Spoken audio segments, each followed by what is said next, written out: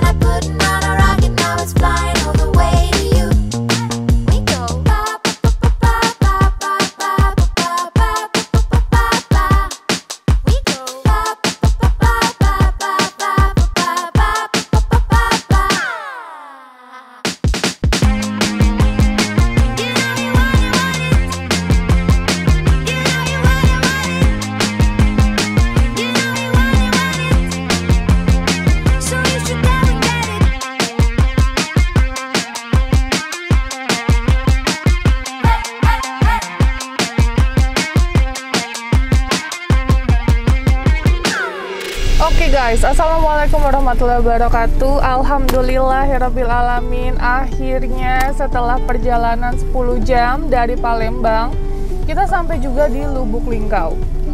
Jadi ini perjalanan aku dari Jakarta ke Lampung, ke Palembang, dan akhirnya kita sampai di Lubuk Linggau. Ini tanggal 16 Agustus 2022. Dan kemarin sempat viral banget mengenai ibu yang membawa anaknya dan sedang menyandang lem. Jangan lagi. Ngajar gitu. Nggak mau. Cak ngolok. Baca sekarang baca ngolok. Nah, itulah kolok lah. Tiga kayak pakai kami di nopit ngambil. Iya. Dua anak sekali lagi. Iya, Allah. Luar. Baca ngolok lagi. Anak aku orang juga turun.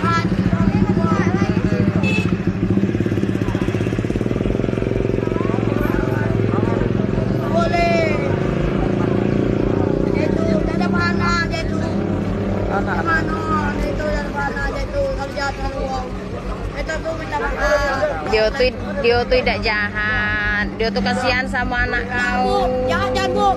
Tadi ada nyekek aku Ibu. Ambil anak aku. Tahu aku.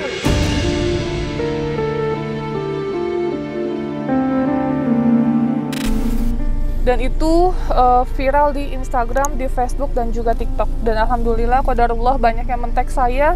Sampai akhirnya saya datang ke sini untuk membantu kondisi ibunya. Dan satu lagi yang paling spesial, suatu kehormatan untuk saya, diundang dan Pak Wali Kota mau bertemu, dan insya Allah sebentar lagi kita ketemu sama beliau ya. Buat kalian penasaran, pokoknya ikutin terus.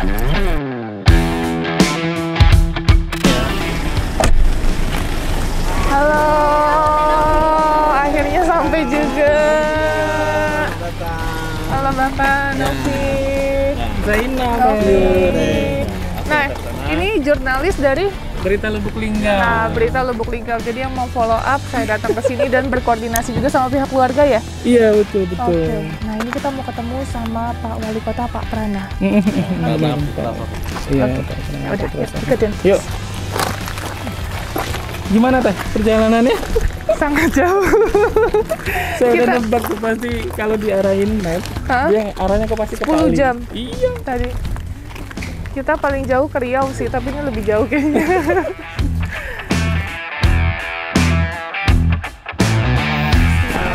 Assalamualaikum. Silakan teh. Iya.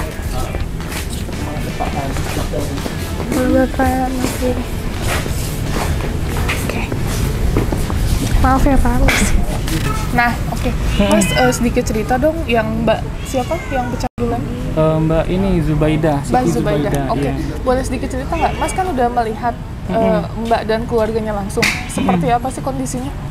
Ya, kalau kondisinya sangat prihatin sih, Mbak. Sangat prihatin.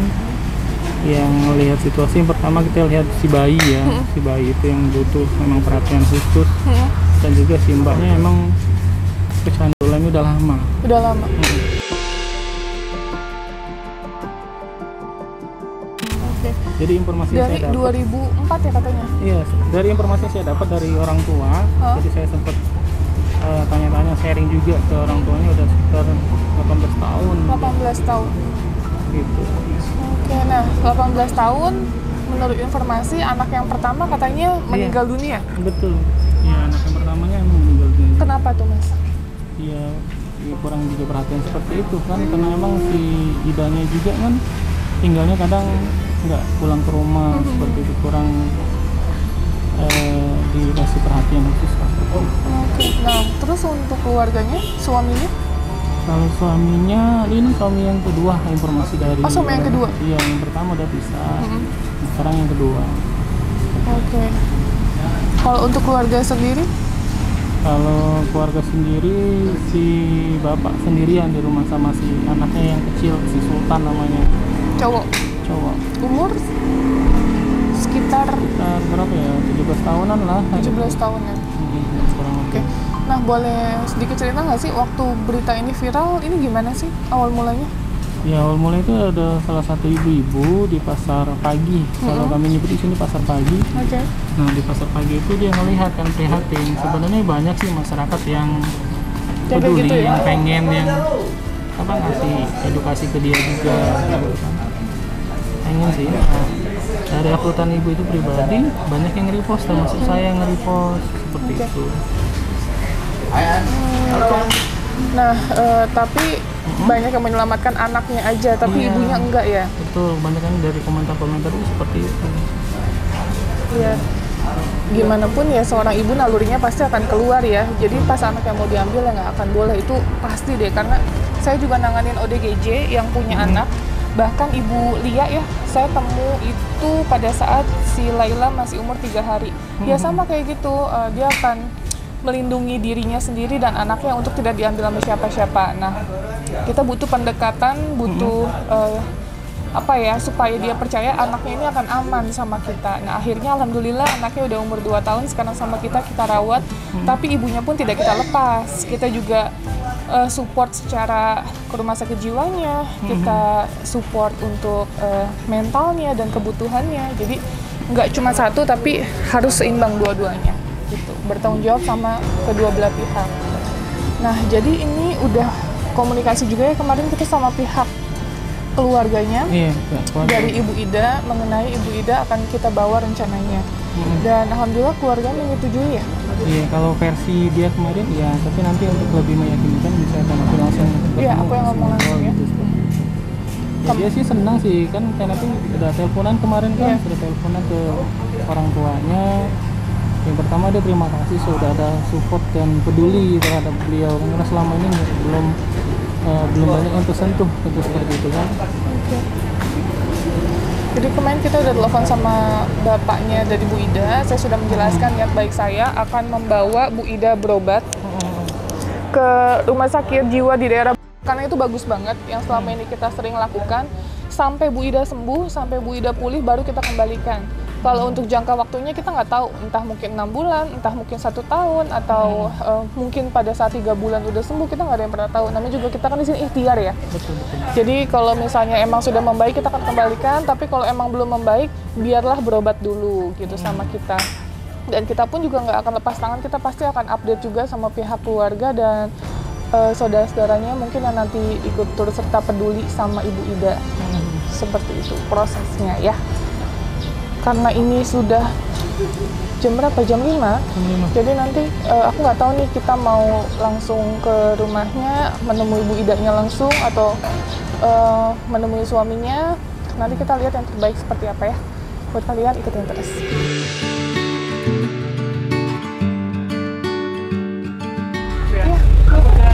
Oh iya, nggak apa-apa Pak. Halo Bapak. Iya Bapak. Oke. Oke. Sorry, jalan dari sana sini tadi. Oh iya, siap Pak. Agak. Bapak. Minum ya? Iya, sudah Bapak. Terima kasih banyak. Ayo minum dulu ya. Sudah Pak tadi? Terima kasih banyak Jadi Pak. kemarin katanya ada kegiatan apa gitu ya? Mau apa namanya? Ya, ada yang lem ibon itu ya? Iya, ada pecandu lem. Iya. Jadi rencananya kita mau bawa berobat ke Jakarta. Iya. Tapi dia ini kemarin itu sudah dicari sama polisi dan dinas sosial kan, dan udah ketemu. Ya permasalahannya masalah suami istri sih. Masalah suami istri. Ya mungkin kan juga ekonomi ya. Faktor ekonomi. Ya faktor ekonomi juga. Tapi udah balik dia sekarang katanya ke rumahnya di Pelita ya. Iya, di Pelita. Di kebon memang gitu, di kebon karena lingkungannya gede kayak gini kan 401 km persegi, jadi kota tapi masih ada hutannya, masih ada sawahnya, masih banyak kebunnya gitu kan. Makanya jangan bingung kalau ada tinggalnya di mana, di kebun ya, kok di kota tinggalnya di kebun gitu kan. Emang begitu di sini. Iya. Oke, jadi kita juga ada koordinasi kemarin sama bapaknya Bu Ida untuk membawa berobat dan alhamdulillah sih diizinkan sama Ya bapak. bagus lah kalau memang udah. Karena ya kelihatannya udah apa ya, play ya, udah keracunan ya kayak gitu ya kali ya. Aku nggak tahu juga tentang ibon itu.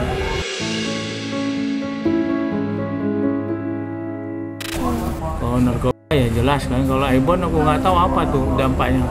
Apa Itu sama sih Pak, itu keracunan? pecandu juga. Apa? Pecandu juga. Karena kita juga udah nanganin pecandu lem, pecandu bensin, pecandu solar, kita udah nanganin Tuh, semua. kacau. Bensin, solar bisa Iya, juga. itu bisa. Dari mulai anak kecil sampai orang dewasa, bisa merusak mentalnya juga, bisa menjadi ODGJ juga, depresi. Ya, aku terima kasih loh udah datang sini. Sama-sama Pak Prana. Udah datang sini udah mau memperhatiin kita karena kita tuh susah. Buat kita di kota ini susah. Dinas sosial kita nggak bisa punya keahlian tertentu tentang hal-hal tersebut kan. Dan juga persoalan dinas sosial juga kompleks kan. Ya, betul.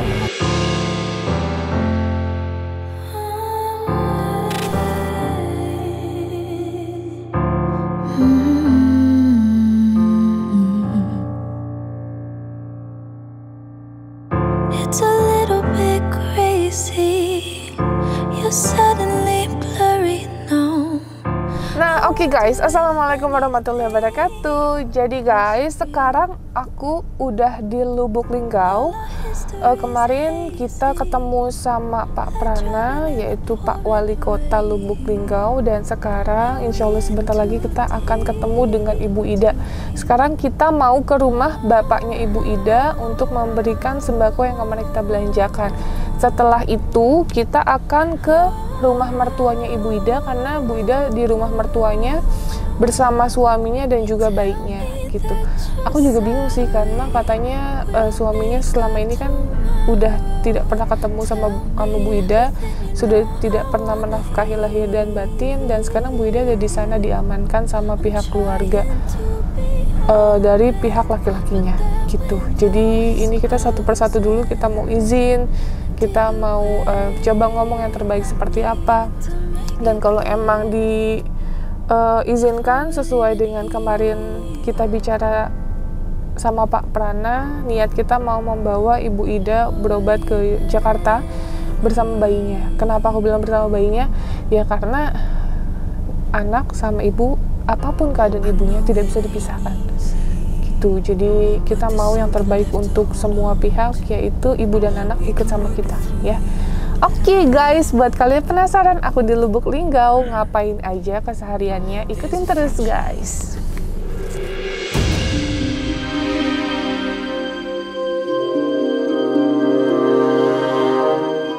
Nah, ini kita udah sampai di dekat rumahnya bapaknya dari Ibu Ida, bapak kandung ya, karena ibunya itu udah meninggalkan Bu Ida udah lama. Jadi ibu dan ayahnya Bu Ida divorce udah dari 2004, jadi udah berapa tahun tuh. Dan Bu Ida juga katanya putus sekolah guys. Jadi ya itu akibat divorce, ibunya kemana, terus bapaknya juga harus mencari uang, tulang punggung keluarga, dan ada adiknya Ibu Ida juga yang harus dirawat dan dibiayai. Jadi ya itu kondisi Ibu Ida kurang ada yang memperhatikan. Oke, halo Mbak, di mana rumahnya?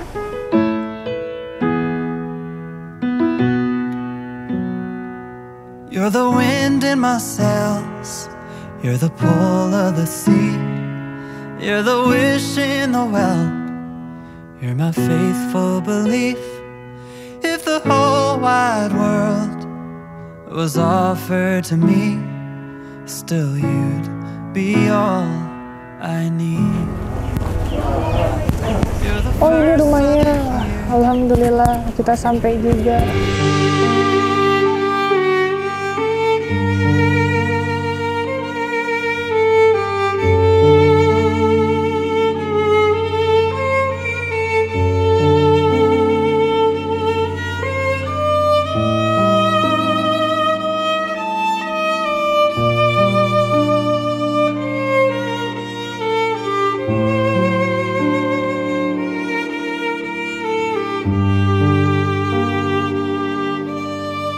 Assalamualaikum Bapak.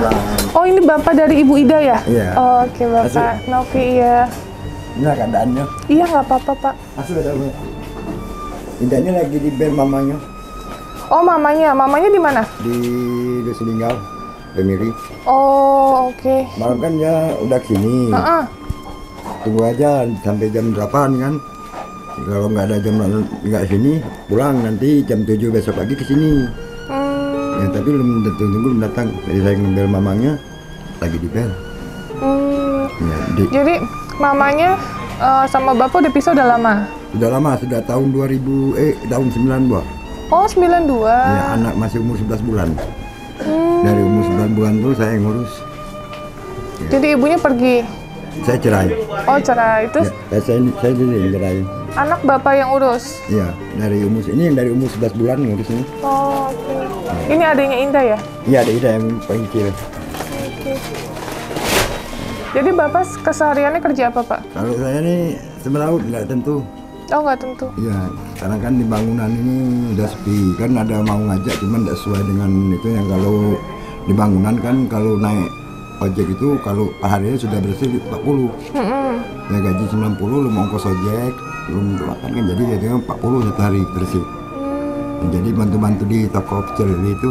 Oh bantu-bantu toko pecel lele. Berapa gajinya pak? Nah, kalau saya nggak ada gaji, kalau anak itu kan ikut di situ kan cuman berapa penghasilan. Kalau Ramis ya adalah. Cuman saya ini di tempat Cina tuh cuman dapat satu piring aja. Oh satu piring nasi? Iya. Jadi mantu-mantu dapat untuk makan dia lah. Daripada nggak ada kerjaan kan, daripada saya mencuri, saya bantu orang. Oh, Insya Allah.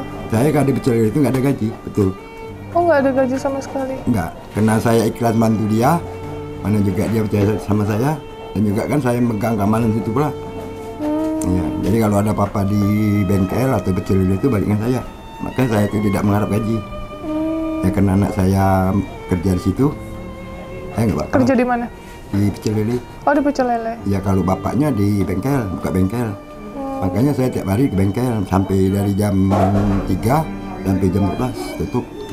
Anaknya umur berapa Pak yang paling kecil ini? Yang paling kecil umur 21. Oh 21. Ya. Oke. Sekolah tamat? Nggak ada biaya. Oh nggak ada biaya. Iya. Jadi sekolah terakhir? Kelas 2 dia berhenti. 2 apa? Lalu itu. 2 SD? Iya, karena kita nggak ada itu biaya. Usaha aja, minta makan aja ya, kadang makan kadang enggak.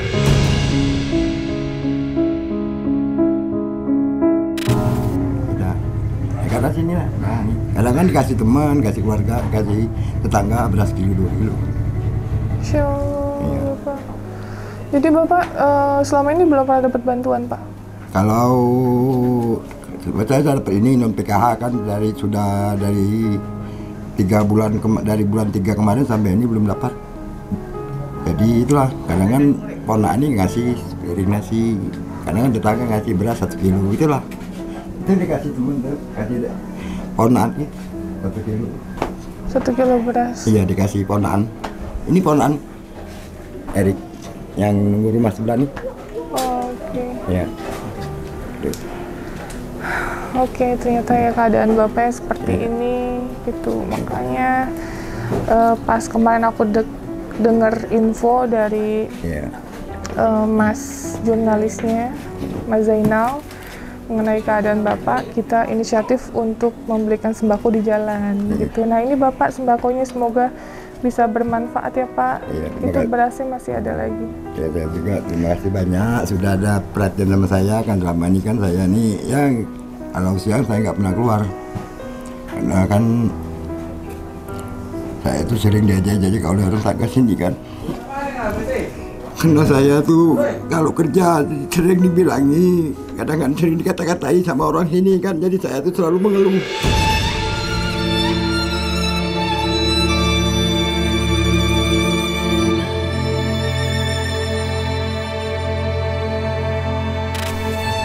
Memang saya kepengen nangis, cuma saya tidak pernah nangis. Baru ini saya merasa nangis terus aja.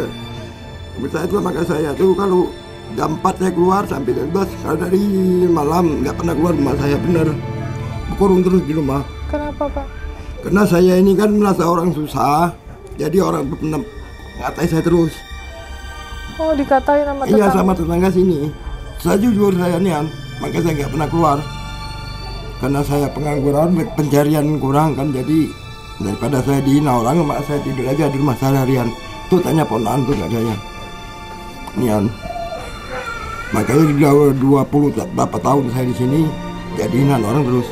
Maka saya tuh BLT apa tuh bantuan dari pemerintah tuh kan baru semenjak ada RT baru lah saya dapat non PKH. Betul. Ini kan selama ini nggak pernah dapat bantuan. Tempoh hari kan saya dapat bedah rumah. Aku rumah saya masih papan ini kan. Sudah ada usulan dipindahkan sama orang lain. Makanya saya nekat saya tuh bedah rumah ini bedah sendiri. Sampai jual becak 10. Jadi bukunya saya bedah-bedahin ini lah yang juga saya ini. Ya. Ini satu ruangan ini aja Pak rumahnya? Enggak, ini dua nih karena ponak ini kan mau hidup. Jadi saya suruh nunggu sini sebelah. Benar. Dari tahun 90-an pucuk lah. Ya selalu dihina kena saya dulu kan orang macamnya. Memang saya adik-beradik banyak, cuma adik-beradik saya aja nggak peduli sama saya. Makanya dari anak umur 11 bulan itu alhamdulillah lah sudah besar gini kan. Udah bisa bantu Bapak ya Pak? Iya, makanya saya makan sekarang dari anak sekarang. Apalagi saya ini kan sering saya sakitan, apalagi emas sama malaria kan udah kronis saya. Kalau kena angin hujan aja udah kena romatik kena saya. Bapak lambung kronis itu karena sering nahan lapar Pak? Iya sering, karena saya nekat mau besar anak dari umur 11 bulan itu. Ya Allah ya Nah, alhamdulillah sekarang. Bapak pernah nggak makan sampai berapa hari? Pernah 1 bulan kadang lebih nggak makan. Jujur, tanya sebelah saya begitu. Terus bertahan hidupnya gimana Pak? Ya saya mengharap itulah pasrah sama yang Maha Kuasa lah. Serahin sama Allah. Iya, kalau Allah tunjuk saya rezeki, alhamdulillah, kalau enggak saya pasrah. Penting saya menghidupi anak dari umur 11 bulan, kalau bisa anak saya bisa besar. Nanti kalau dia besar, kerjaan ini bisa jadi orang walaupun dia nggak tamat sekolah kan.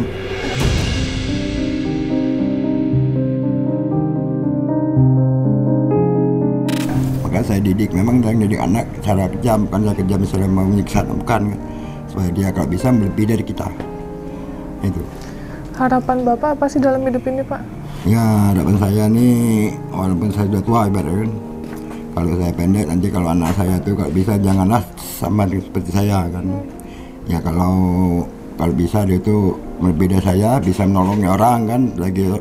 Makanya anak saya tuh saya ajar susah dulu. Kalau dia sudah senang jangan ingat di bawah. Ya itu kan. Bapak nggak pengen punya usaha Pak? Hah? Pengen punya usaha?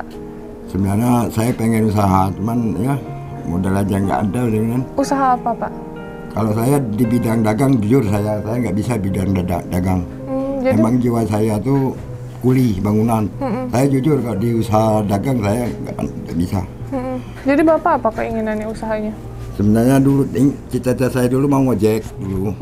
Emang saya dulu tuh pernah megang duit 7 juta dulu kan waktu saya kerja di ini. Nah karena anak saya dari Bengkulu pulang, jadi 2 kali gagal saya beli motor. Iya, pernah 7 juta, 10 juta pernah.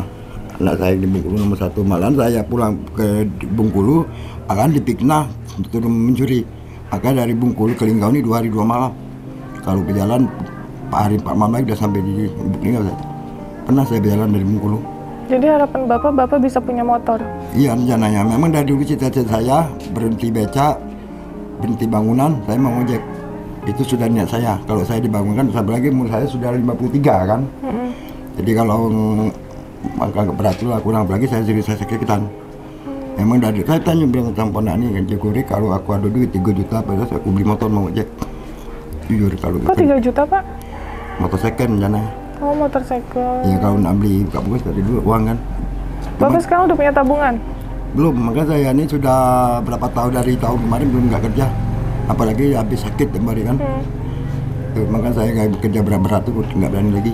Nah kalau Bapak sekarang ini pegang uang paling banyak berapa Pak? Nggak ada lagi uang, sejujur saya nggak pernah megang uang saya sekarang. Udah berapa bulan tahun ini kan nggak kerja. Nggak ada uang seperak pun Pak? Nggak ada uang, karena anak kadang-kadang kan beli rokok, makan anak sekarang. Itu baru kemarin dikasih ponaan, ini 1 kilo.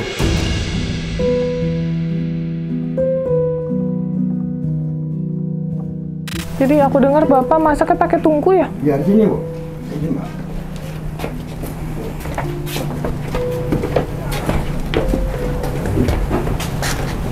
Masak.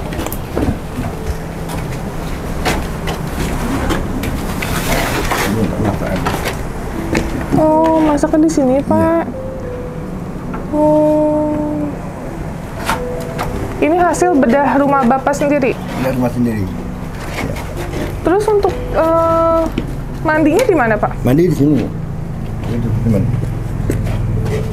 Oh, itu. Jadi mandi sama masak itu jadi satu, Pak? Iya, sini masak. Oh, ya Allah, ya Rabbi. Oh, jadi kondisi rumah Bapak seperti ini. Iya. Pak, saya mau tanya. Indah ini, maaf sebelumnya ya, Pak ya. Iya. Jadi kayak gini gimana, Pak, awal mula ceritanya? Kan ceritakan waktu saya pisah sama istri. Jadi tiga anak itu saya ambil semua dananya. Tiganya mau saya ambil. Jadi dibilang sama neneknya, mantan mertua saya, anak cucu saya biar saya ngurus sebenarnya. Saya tanggung jawab. Kan hampir ribu saya dulu sama mantan mertua saya, gara-gara anak tuh. Terus? Jadi oleh neneknya dikasihlah sultan ini. Ya. Itulah saya bilang kalau kamu benar-benar mau ngurus anak saya, tolong dididik di sekolahin. Nah udah berapa tahun saya tahu Wida tuh mulai dia bisa belum itu sudah 4 tahun baru tahu.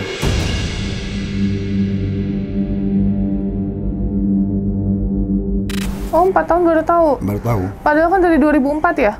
Dari 2000 dimulai dia itu tahun 2002 pindah pisah kami. 92. Iya, dia ngelemnya? Dari mulai tahun sekitar 93 atau 94. Oh, udah puluhan tahun berarti, Ya, Pak? berarti sudah 4 tahun, jadi sudah berapa tahun? Kita 20-an tahun lah kurang lebih. Oh, jadi Mbak Ida itu umur berapa? Sekarang tahun 98. Oh. Kita 98 lahirnya. ya 98. 24 tahun. 24 tahun ya. Berarti benar. Iya baru gitu. Dia tuh kan kalau emang wataknya keras. Itu kemarin kan ribut sama suaminya. Jadi malam itu kan dia ke rumah, dia maja di sini. Kalau mau apa-apa nanti biar saya ngurus. Jadi dia mau nak pergi-pergi ya, kita kan jam 4 jam 5 kan udah di Cilili. Jadi saya serahkan kalau mau pergi. Jadi kalau malam kan nggak enak kan ribut kan, kan saya tinggalin. Oke. Pak, punten, ini Bapak tidur di mana, Pak? Sini kalau saya tidur. Oh, jadi guys, ini ruangannya maaf banget ya. Ini masak di sebelah sini, mandinya di sebelah sana. Makanya tadi aku mikir, masak sama mandi dijadi satu, ya Allah.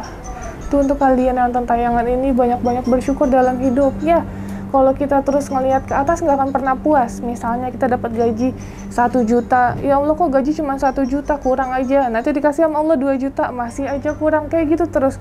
Karena kodratnya manusia tidak akan pernah puas sama suatu hal. Nah, dengan tayangan ini, insya Allah, ini real tanpa ada settingan sama sekali. Kalian bisa melihat bapak dari Mbak Ida beserta adiknya tinggal dengan kondisi, maaf sekali, ini juga apa namanya, bukan lantai ya, dan kondisi kamar mandinya sangat tidak layak loh, cuman satu petak gitu, terus ada bolongan, ya udah gitu aja. Dan jujur maaf, ini karena ventilasinya acak-acakan, jadi aromanya juga agak tidak sedap di sini gitu. Tapi bapaknya masih penuh rasa syukur. Yang penting kata bapaknya bisa dapat makan, bisa nemu beras setiap hari untuk anaknya. Jadi aku kayak benar-benar tamparan untuk kita semua. Yang tadinya jujur aku capek banget dalam perjalanan ke sini, kan lumayan sangat jauh dari Jakarta, kita ke Lampung, Palembang, dan ke Lubuk Linggau 10 jam. Sempat ngerasa fisik capek, tapi semua terbayarkan ketika kita melihat kondisi yang benar-benar memprihatinkan sekali. Dan qadarullah, Allah mempertemukan saya dengan sosial media yang luar biasa. Saya bisa nyampe ke sini, bertemu dengan sosok Bapak, dan insya Allah kita akan memenuhi semua kebutuhan Bapak hari ini ya. Semoga, aku sampai merinding. Semoga Allah memudahkan rencana kita untuk membantu Bapak. Jadi bukan cuma Mbak Ida atau anaknya yang kita bantu, insya Allah kita mau bantu kondisi bapaknya juga ya, karena bapaknya juga butuh bantuan. Apa yang kita bisa bantu, bapaknya tadi bilang mau motor, nanti insya Allah kita penuhi semua ya. Itu interest.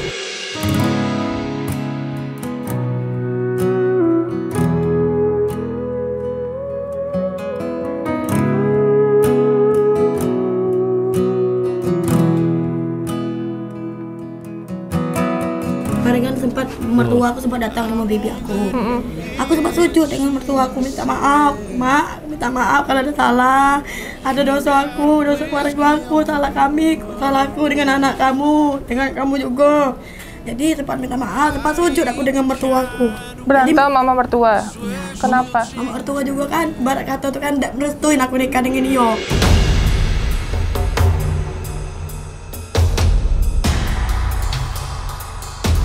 Enggak, katanya suka itu, suka pingsan. Yo, darah aku darah lemah yuk. Bukan itu efek dari ngelem. Bukan dari ngelem yuk. Memang sebelum Iya. ngelem aku galak pingsan. Saya itu biasa nanganin kayak gini. Jadi kalau Tapi, sering pingsan. Kalau rumah sakit Arbunda ngomong bukan masalah ngelem. Kalau Arbunda ngomong kemarin gara-gara apa darah lemah. Tapi kan nggak di ronsen ya. Tempat di ronsen duit tidak ada, nak meronsen kemarin kan. Tidak ada duit. This fall is a little more than I expected. In so deep I can barely see myself. Yeah, around me feels so heavy but depleted. But I find this the place to test myself. 'Cause it's here where I lay in my blanket of despair, where I'm weak but I'm strong, and black smoke fills the